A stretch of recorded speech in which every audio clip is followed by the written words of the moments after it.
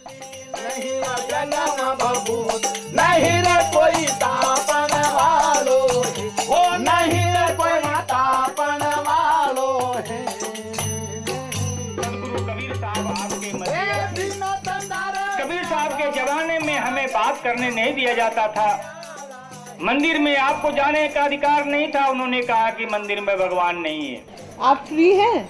हाँ फ्री हूँ। हम आए ऊपर, बस निकल रहा हूँ मैं। ओ निकल रहे हैं? हाँ एकदम देखते हो सब, मैं बस आसन बासन कच्चे बांध लिया। अच्छा कुछ देर हमारे साथ बिता के फिर निकलिए। ठीक है। हाँ आए। मेरी माँ बहुत परेशान होने लगी कि किसी तरह से ये रास्ता छोड़ दे। कोई देवता के पास जाती थी, कहीं मंदिर में जाती थी, कहीं पूजा करती थी कि ये इसके कारण भी कहीं से बदलाव हो जाए। एक कबीरपंथी साधु कोई आए उस गांव में। वो गांव में आए तो वो बोली होगी मेरी माँ कि हमारा बेटा ऐसे ऐसे बिगड़ गया है, गलत रास्ते पे चल रहे हैं और हो सकता है उसको पुलिस काउंटर करके मार देगी, लोग भी मार देंगे, जमींदार मरवा देंगे, तो आप इसको सुधार सकते हैं। उन्होंने कहा कि ठीक हम कर देंगे, लेकिन आपको एक सत्संग कराना पड़ेगा अपने घर में। मैं गया वहाँ तो एक भजन हो रहा था। आज भी वो हमारे लिए वो आदर्श पद है। उसी को मैं प्रेरणा मानता हूँ कबीर पंथ में प्रवेश करने का, द्वार मानता हूँ। ये द्वार यहाँ से खुला और हम कबीर पंथ में प्रवेश कर गए। रहना नहीं देश बिराना है, ये संसार झार और झाखड़, आग लगी बर जाना है। ये संसार कांटों की बारी, उरज पुरज मर जाना है। ये संसार कागज की पुड़िया, बूंद पड़े गुलजाना है। कहत कबीर सुनो भय साधु, सदगुरु नाम ठिकाना। और भाई चोट है आसमान की, गुरु जान की, सतनाम की।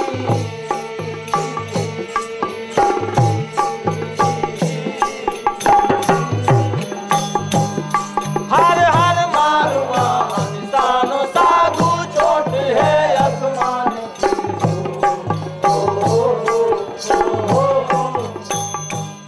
वहीं से मेरा मन लगा कि बदला कि मैं जिस गरीबों के लिए, जिस छोटे लोगों के लिए, जिस निरीह लोगों के लिए जो लड़ाई लड़ रहा हूँ, जो काम कर रहा हूँ, मुझे कहीं न कहीं उस दो साथियों में ये असर आया कि कबीर साहब को लगता है कि इन बातों से भी, इन पक्षों से भी, इन आंदोलनों से भी बड़ा आदमी हैं, बड़ी बात कर रहे हैं। क्योंकि यहाँ पर देखा कि वहाँ मारपीट की नौबत है, मारकाट की बातें हैं, हिंसा की बातें हैं, और कबीर उससे विपरीत अहिंसा से लोगों का मन बदलने चाहते हैं, विचार बदलने चाहते हैं, परिवेश बदलने चाहते हैं।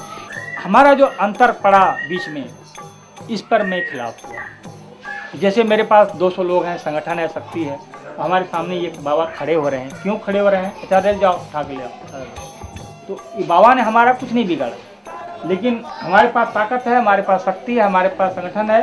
बाबा का गला काट के खरीदो, कुछ नहीं करते। कबीर साहब की बोली को महाराज जी ने गोली से भी ज्यादा मजबूत समझा।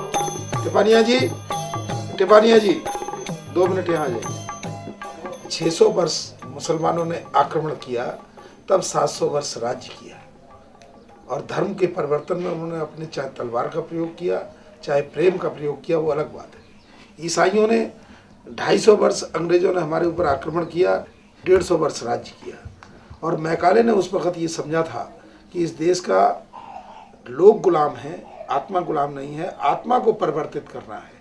आत्मा को परिवर्तित करने के लिए 400 वर्ष पहले जो सोच थी, आज समाज में दिखाई देने लगी है। समाज के अंदर नग्नता और वासना 20% नाच रही है। ऐसे समय में कबीर की वाणी, इन जैसे महापुरुष वो अपने जन समुदाय के द्वारा एक लंबी लड़ाई सोच लें। टिपानिया जी के अंदर जो प्रेम तो है, लेकिन थोड़ा व्यवस्था अगर बढ़ जाए तो शायद हम इस लड़ाई को और जल्दी आगे बढ़ा सकते हैं। कमलम जी, जो हमारी कबीरपंथी जनता है और आज जिस तरह से हिंदू धर्म का प्रवाह बह रहा है, जिसको हम हिंदू धर्म नहीं मानते और जो हिंदू परंपरा के बारे में वो नहीं समझते, वो राजनीति है पूरा। जिसको हिंदूवाद कह रहे हैं ना, हिंदुत्व कह रहे हैं, हिंदुत्व की लड़ाई, हिंदूवाद की लड़ाई, वो राजनीति है, वो हिंदू नहीं है।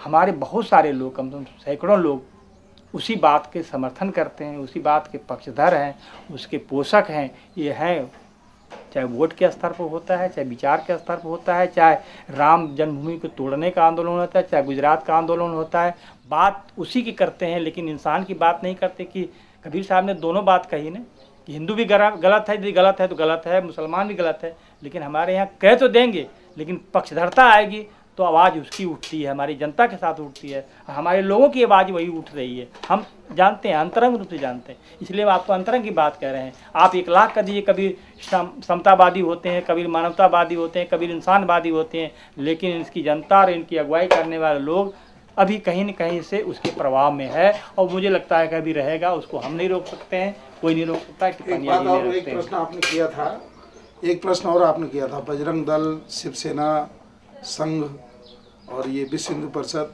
वो डिफेंस में रहते हैं, रक्षा के लिए और राष्ट्र के लिए ऐसे संगठन वर्तमान में आवश्यक भी हैं। मैं तो कहता हूँ कि ये कबीर साहब का भी एक संगठन ऐसा तैयार हो, कबीर सेना के नाम से तैयार हो, जो कम से कम जो बाहर से प्रहार कर रहे हैं हमारे ऊपर, कटाक्ष कर रहे हैं, उनको जवाब देने के लिए हम लोग सक्षम हो पाए। ऐसा मेरा खुद का विचार है। आपको क्या लगता है, कबीर सेना होनी चाहिए? सेना तो मेरे विचार से तो सेना है ना, नहीं होना चाहिए। क्यों नहीं होना चाहिए? क्योंकि सेना तो मारने का काम करेगी। सेना में शांति की स्थापना मैं बहुत चाहता हूँ, खुश हूँ इस विषय में कि ये जरूर होना चाहिए। सेना मैं चाहता हूँ, देखिएगा, वो तो सेना से संबंध नहीं है, लेकिन आत्मिक बल, आत्मिक हमारा समूह, आत्मिक बल सेना से कहाँ होगा? आत्मिक बल में सेना की क्या जरूरत? होना जरूर। सेना की जरूरत तो होती है किसी का मर्डर करने में, या किसी देश की सीमा को छीनने में, या उनके ऊपर अपना वर्चस्व कायम करने में।